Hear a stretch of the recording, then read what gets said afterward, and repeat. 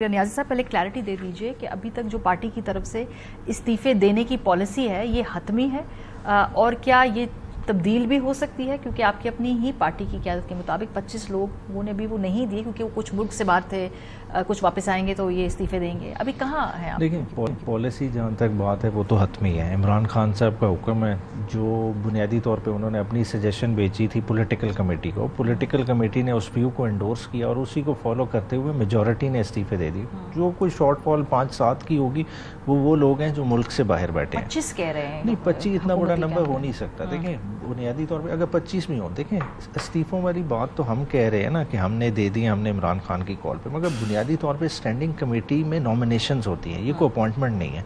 ये तो अगर किसी का नहीं भी आया हुआ तो पॉलिटिकल पार्टी अपने एंड से नाम विड्रॉ कर सकती है। कर लिया आप लोगों ने? वो ये इंतजार कर रहे हैं, वो कर लेंगे। देखिए, इस पे क्लैरिटी है सबने। देखें, आपको बता दें कि किसी चेयरमैन ने इस्तीफा नहीं दिया। हमारे पास टोटल 10 कमेटी से 10 के 10 चेयरमैनों ने अपने इस्तीफे भी दे दिए, अपने ऑफिसेज भी वेकेट कर दी। तो इससे और बियॉन्ड क्या होगा? कोई और अपॉइंट हो जाएगा जो वहाँ पे आपकी छोटी मोटी ऑपोजिशन है, जो वहाँ पे आपकी एक आवाज़ थी, स्पेस थी, वो भी चली जाएगी?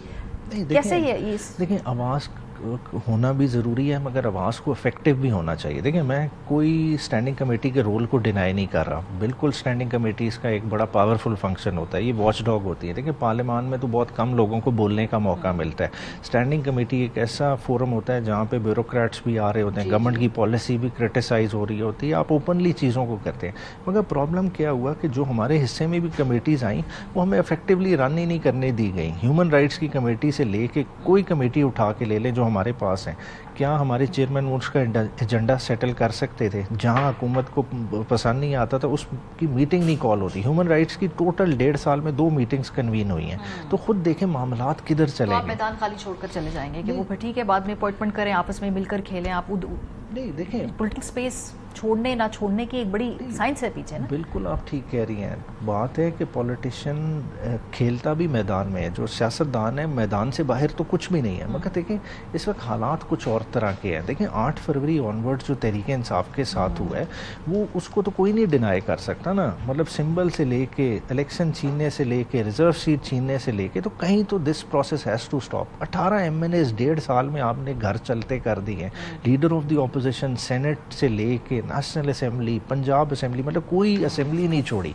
तो अगर उन असेंबलीज का तकद्दुस नहीं, मामलात नहीं, तो कहीं तो पीटीआई ने अपना फुट डाउन करना है। ठीक है, तो ये उसका आगाज है। ये जो पॉलिसी है कि सेनेट की स्टैंडिंग कमेटियों से हम इस्तीफा नहीं देंगे, सिर्फ कौमी असेंबली की देंगे, ये भी एक मुख्तलिफ, क्योंकि निज़ाम तो वही है जिसकी लेजिटिमेसी की आप बात करते हैं।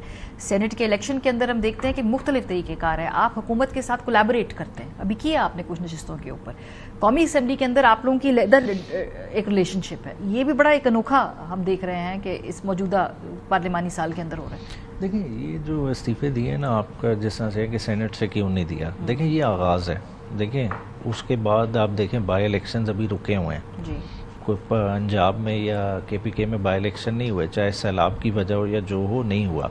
अब इस दौरान देखते हैं कि अदालतों की तरफ रजू कर रहे हैं। उमर अयूब कानून की ऑलरेडी पटिशन चल रही है कि इस एंड पे कोई डेवलपमेंट होती है नहीं होती, वरना नेक्स्ट फेज़ ये होगा सेनेट से भी पुल आउट कर सकते हैं, पंजाब असेंबली की भी स्टैंडिंग कमेटी से पुल आउट कर सकते हैं। ये तो चेयरमैन इमरान खान साहब ने फैसला करना है।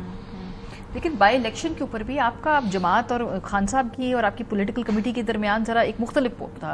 वो चाह रहे थे कि इलेक्शन के लिए मैदान खुला छोड़ दिया जाए, अपनी पार्टी कहती थी कि नहीं, खड़ा किया जाना चाहिए।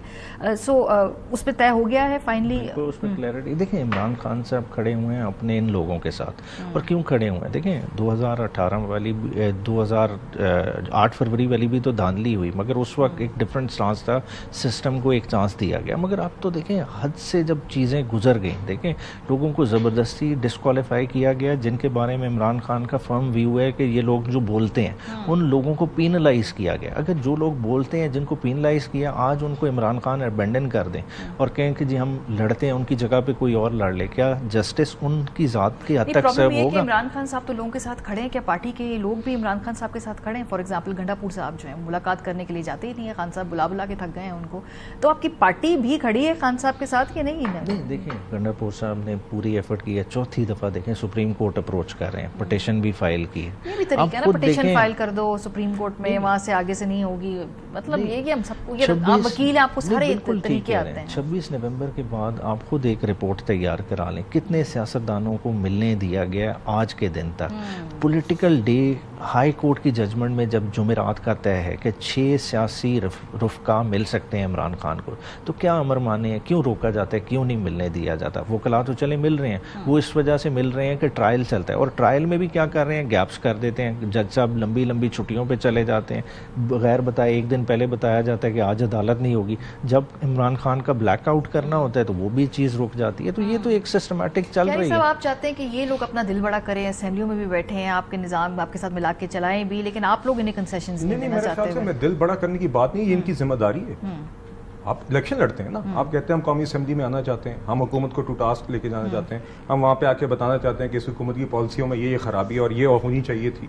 आप सवाल उठाना चाहते हैं कि अवाम के ये इशूज़ हैं, आप आके ये काम नहीं करते। आप तो जब असेंबली में आते हैं तब भी आप आके, उमर अयूब साहब ने इतनी जोर जोर की वो बजट की किताबें मारी थी कि माइक उड़ गया था अपोजिशन लीडर की। पहली मर्तबा तो नहीं हुआ, आप तो ऐसे कह रहे हैं पहली मर्तबा बजट के टेबलों पे मारे हैं, बचपन से हमारी जवानियां। मारिया साहब, ऐसा कभी नहीं हुआ कि मुस्तकिल सिर्फ यही हो रहा हो, ये भी नहीं होता।